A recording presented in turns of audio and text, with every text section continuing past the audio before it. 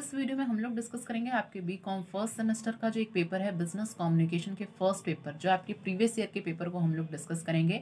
Already मैंने बहुत सारे पेपर्स जो है प्रीवियस ईयर के डिस्कस किए हैं, आप चैनल पर जाकर देख सकते हो कि कैसे क्वेश्चंस आए हैं, क्वेश्चंस का क्या पैटर्न रहा है, कितने एमसीक्यू आए हैं। ठीक है, वो सारी चीज़ें मैंने सारे पेपर्स को ऑलरेडी चैनल पर अपलोड किया है, और जितने भी थ्योरी सेशन है एक लास्ट टाइम रिविजन के तौर पे बिजनेस एनवायरनमेंट के, बैंकिंग के, इंश्योरेंस के, ऐसे सारी वीडियो मैंने चैनल पर अपलोड किया है, आप जाकर चैनल पर देख सकते हो। ठीक है, तो एक बात बता देती हूँ कि देखिए आपके 40 एमसीक्यू होंगे। ठीक है, 40 एमसीक्यू 1.5 के ईच जो होंगे, एमसीक्यू 1.5 के होंगे, मतलब 60 मार्क्स के आपके क्या होंगे, एमसीक्यू होंगे। 60 मार्क्स के आपके क्या होंगे, एमसीक्यू होंगे। ठीक है, चलिए स्टार्ट करते हैं। सबसे पहला क्वेश्चन है, communication is the exchange of, संप्रेषण विनिमय है आइडियाज का, मैनेजमेंट का, कल्चर का, कि नन ऑफ दीज का।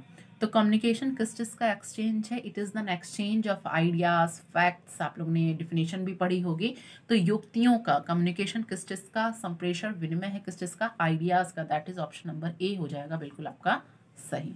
ठीक है, नेक्स्ट आते हैं, क्वेश्चन नंबर सेकंड है, स्कोप ऑफ कम्युनिकेशन इज, संप्रेषण का जो क्षेत्र होता है वो क्या लोकल होता है, वाइड होता है, नेशनल होता है, कि नन ऑफ दीज होता है।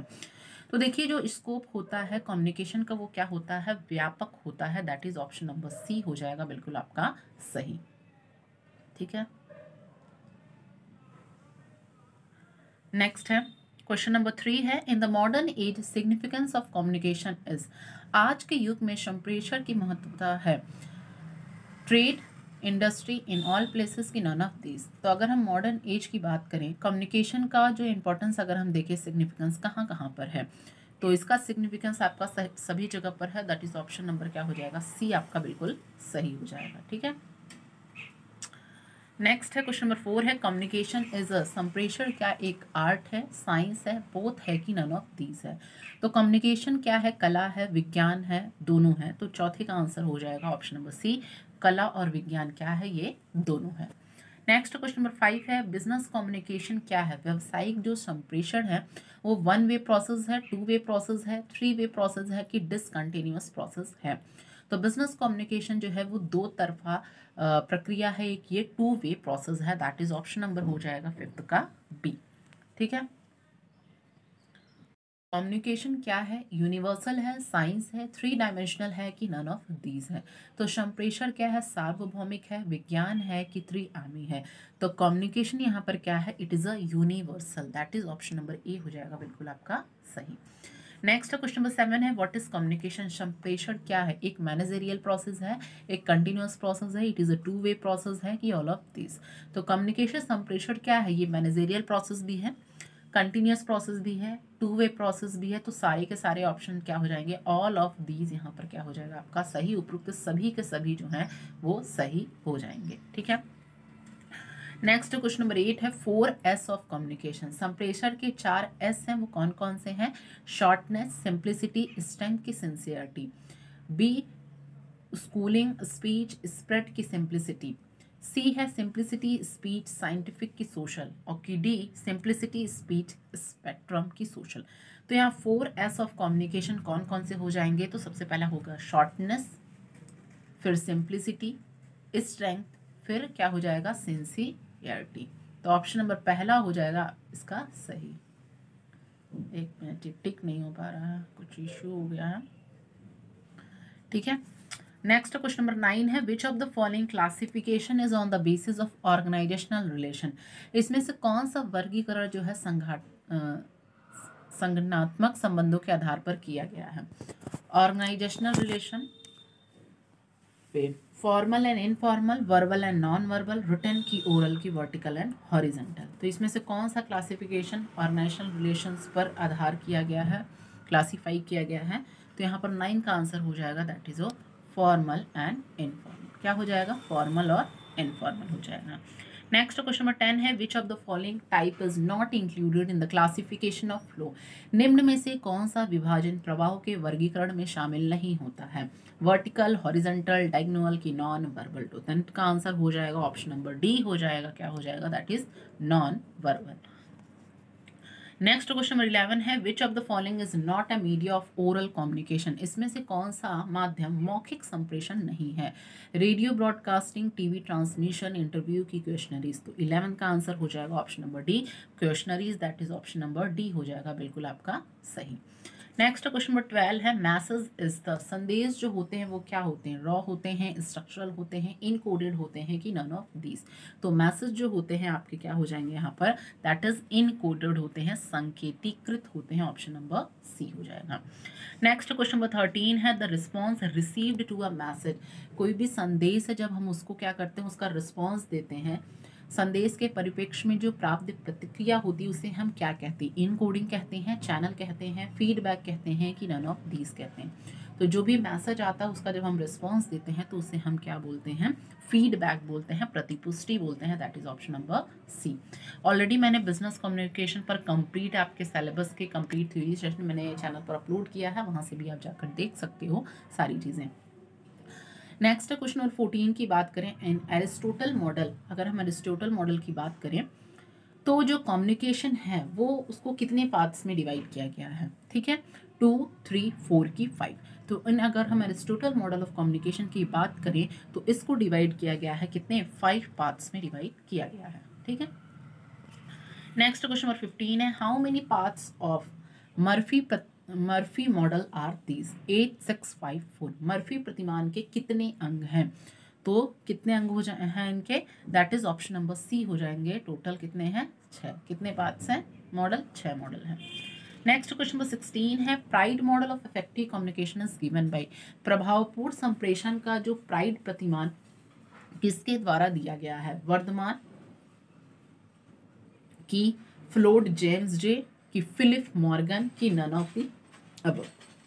तो ये जो दिया गया है किसके द्वारा? वर्धमान के द्वारा दिया गया है pride model of effective communication. Next आता है क्वेश्चन नंबर 17 है effective communication of any business.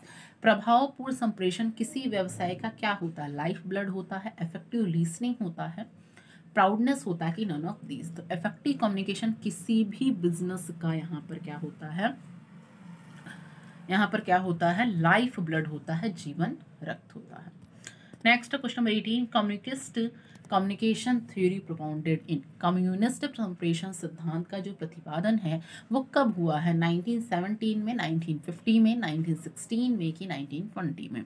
तो 18 का आंसर हो जाएगा 1917 में कम्युनिस्ट कम्युनिकेशन थ्योरी को लाया गया था। नेक्स्ट है क्वेश्चन नंबर 19 है the ideal theory of communication. संप्रेषण का जो आदर्श सिद्धांत है वो लिबरल कम्युनिकेशन थ्योरी, बी है वैदिक कम्युनिकेशन थ्योरी, सी है चाइनीज कम्युनिकेशन थ्योरी की नन ऑफ दीज?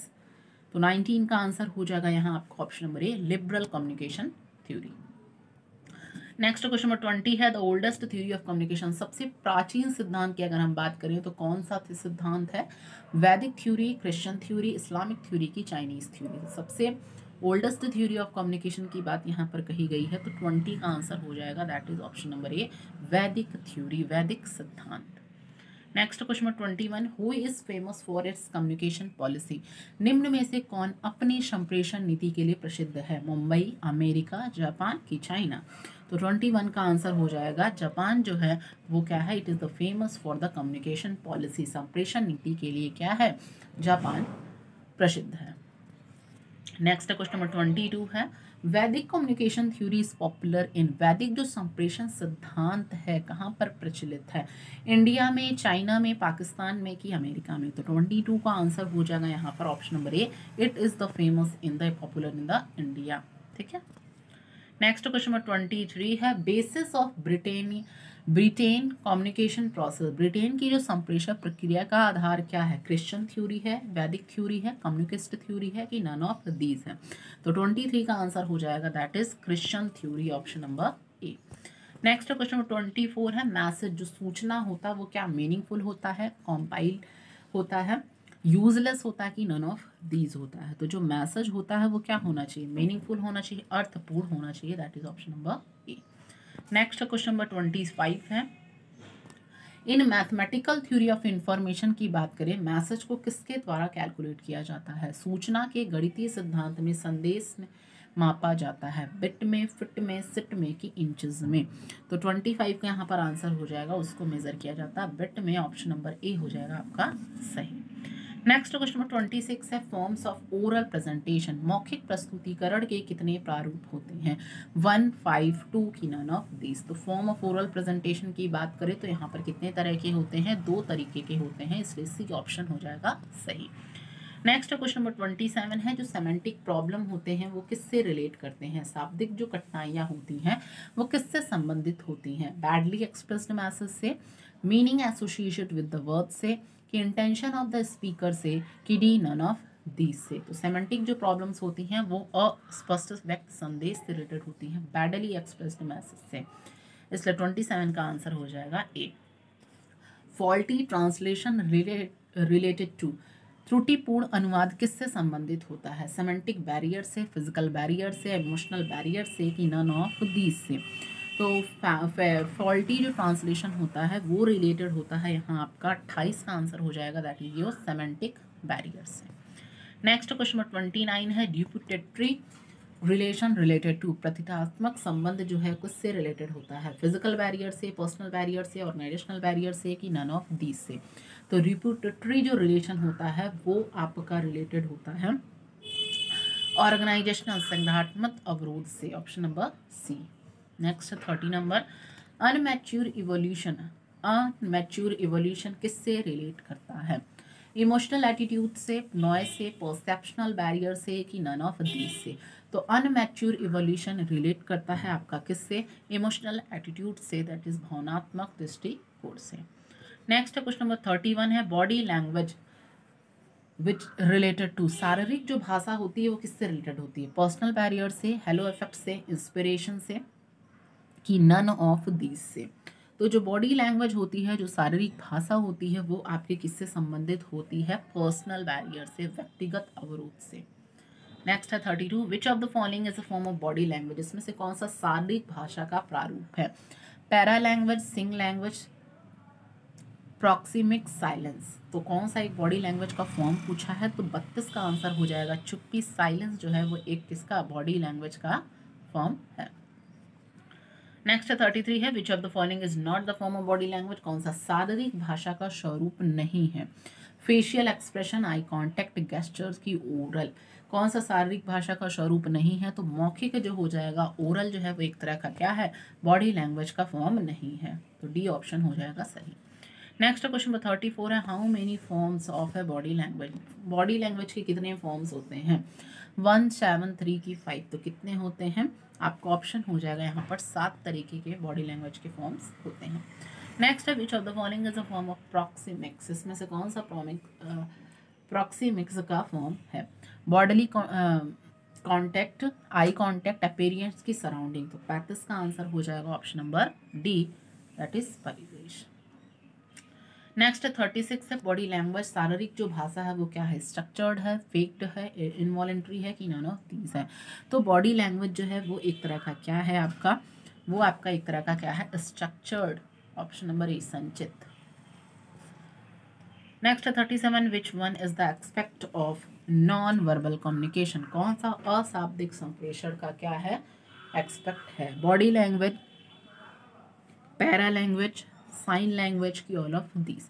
तो 37 का आंसर हो जाएगा option number D, all of these. Next है क्वेश्चन नंबर 38 है red colour is the indication of. जो लाल रंग क्या दर्शाता है?